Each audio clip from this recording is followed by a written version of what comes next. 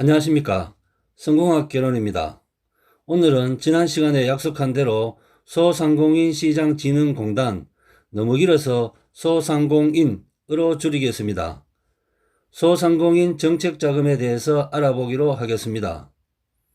수시로 접수하는 게 아니라 매월 공고를 통해 접수 날짜를 지정하고 신청을 받습니다. 올해는 2월에 있었고 3, 4, 5, 6월은 아직 없었습니다.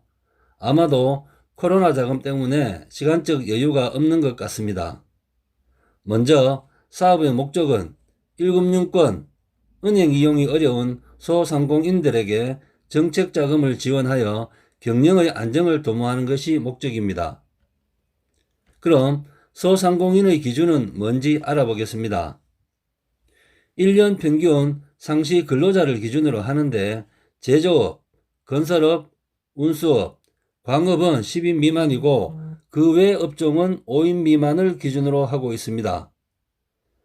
평균 매출액도 기준으로 하는데 음식점, 서비스업은 10억 이하이고 제조업은 120억까지도 소기업으로 보는 경우가 있기 때문에 매출액은 무시하시고 상시 근로자만 생각하시면 됩니다.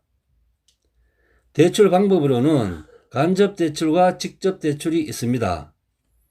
간접대출은 소상공인에서 정책자금 확인서 또는 추천서를 발급해주면 기술보증기금, 신용보증기금, 신용보증재단에서 보증서를 발급받아 은행에 가서 대출을 받으시면 됩니다. 그런데 확인서와 추천서가 있다고 해서 보증서 발급을 담보하지는 않습니다. 보증기관의 심사 기준이 더 중요합니다. 그리고 보증수수료도 부담해야 되기 때문에 저는 간접대출보다 직접대출을 추천해 드립니다. 그리고 혹시 보증서 대출을 생각하시는 분은 첫 시간에 말씀드린 지자체에서 제공하는 2차 보증금을 함께 신청해서 이자 지원을 받으시기 바랍니다. 직접대출을 보통 정책자금이라고 하는데 금리는 자금의 종류마다 조금씩 틀리지만 보통 1% 중후반에서 2% 중후반까지라 생각하시면 됩니다. 신청 접수는 사전에 예약을 하시고 직접 방문 접수를 합니다. 접수를 하면 서류 검토 후 현장 방문을 하고 대출 한도 및 사업성을 평가하여 대출이 실행되는데 평균 한 달 정도 시간이 소요됩니다. 정책자금의 한도는 자금의 종류마다 조금씩 틀리지만 보통의 경우 기업당 연간 운전자금은 1억 원 이내이고 기업당 총 한도는 5억 원을 초과할 수 없습니다. 다음에는 소상공인에는 어떤 종류의 자금이 있는지 알아보겠습니다. 먼저 제조업 기업을 위한 소공인 특화 자금이 있는데 제조 설비를 갖추고 있어야 합니다. 제조 설비가 없는 위탁 가공업체는 다음 조건을 모두 충족해야 합니다. 첫 번째, 생산할 제품을 직접 기획해야 되고, 두 번째, 자기 계정의 원재료를 생산업체에 제공해야 되고, 세 번째, 자기 명의로 제품을 생산해야 되고, 네 번째, 자기 책임하에 직접 시장에 판매를 해야 하는 네 가지 조건을 모두 충족해야 됩니다. 한 가지라도 빠지면 안 됩니다. 그래서 현실적으로 네 가지를 모두 입증하기가 쉬운 일은 아닙니다. 또 일반 소공인은 운전자금을 1억까지 사용할 수 있으나 수출 소공인은 연간 2억 원까지 사용할 수 있습니다. 다음은 자동화 설비 자금에 대해 알아보도록 하겠습니다.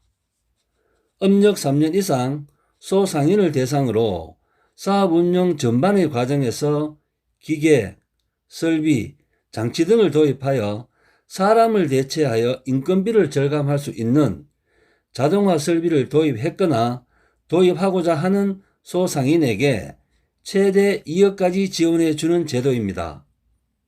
예를 들어 무인 빨래방, 무인 점포, 산업업조, 자동화 물류 시스템, 자동화 창고, 인건비 절약할 수 있죠.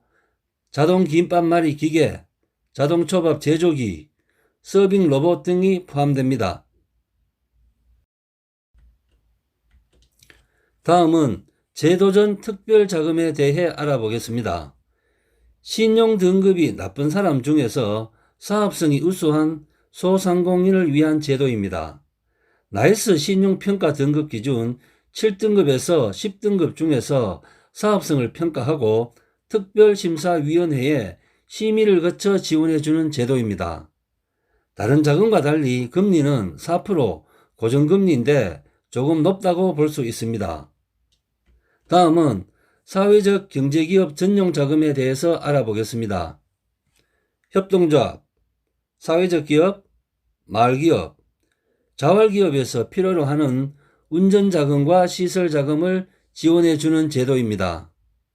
총 한도는 비교적 높은 기업당 10억 원 이내이고 운전자금은 보통 1억 원인데 여기서는 2억 원까지 지원해 줍니다.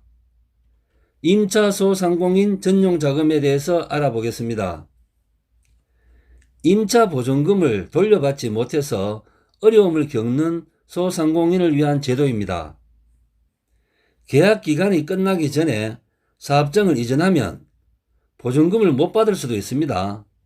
또 계약 기간이 끝나도 상황이 나쁘면 보증금 못 받을 수 있습니다. 이런 경우를 대비해서 정부에서 지원해주는 제도입니다. 다음은 생활혁신형 창업자금에 대해 알아보겠습니다. 사업의 목적은 우리 생활 주변에서 참신한 아이디어를 가진 사람이 종종 있습니다. 이런 사람들이 창업을 하고자 할 때 지원해주는 제도입니다. 실제 사례를 보면 아파트 층간소음 방지 매트, 이벤트 용품 대여점, 다목적 카페 공간 등이 있습니다.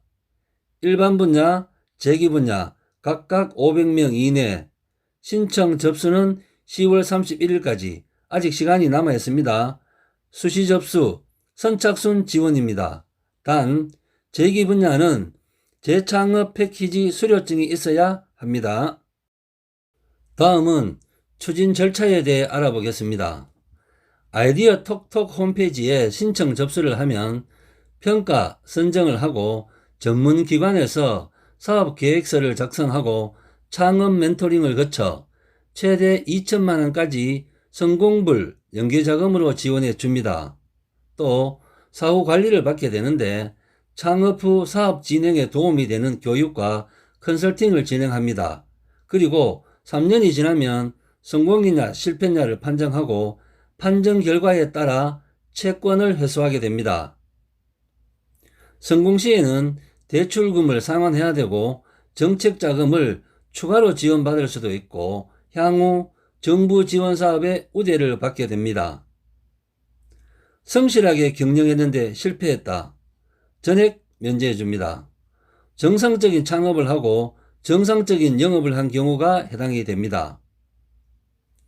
불성실하게 경영했는데 실패했다. 50% 면제해 줍니다. 타당한 이유 없이 폐업했거나 부당해고 임금체불로 노동청에 처분을 받은 경우, 세금을 체납해서 가산세를 낸 경우가 여기에 해당이 됩니다. 고의로 실패했다. 전액 상환입니다. 그리고 3년간 정부 지원 사업에 참여할 수 없습니다. 고의로 폐업, 대표자 변경 등 속이는 경우죠. 또 군입대, 취업, 유학 등 본인에게 귀책 사유가 있는 경우는 여기에 해당됩니다. 그리고 가산점을 받을 수도 있는데 만 39세 이하 청년 AV 창업자, 지자체 추천을 받은 사람, 여성 새로 일하기 센터에서 교육훈련 수료한 자, 여성가족부 추천을 받은 자는 평가 시 10점 이내에서 가산점을 부여받을 수도 있습니다. 이상으로 소상공인 시장 진흥공단의 정책자금을 전체적으로 살펴보았습니다. 여러분과 함께 성장에 관한 채널 성공학 개론, 오늘의 핫 포인트입니다. 코로나19로 인해서 생활 환경이 많이 바뀐 것 같습니다. 우리 생활 주변에 참신한 아이디어를 가지신 분, 소상공인 시장 진흥공단의 생활혁신형 창업자금을 이용하시기 바랍니다. 다음 시간에는 창업에서 성공까지 전체적으로 활용할 수 있는 자금에 대해서 알아보겠습니다. 이상 마치겠습니다. 감사합니다.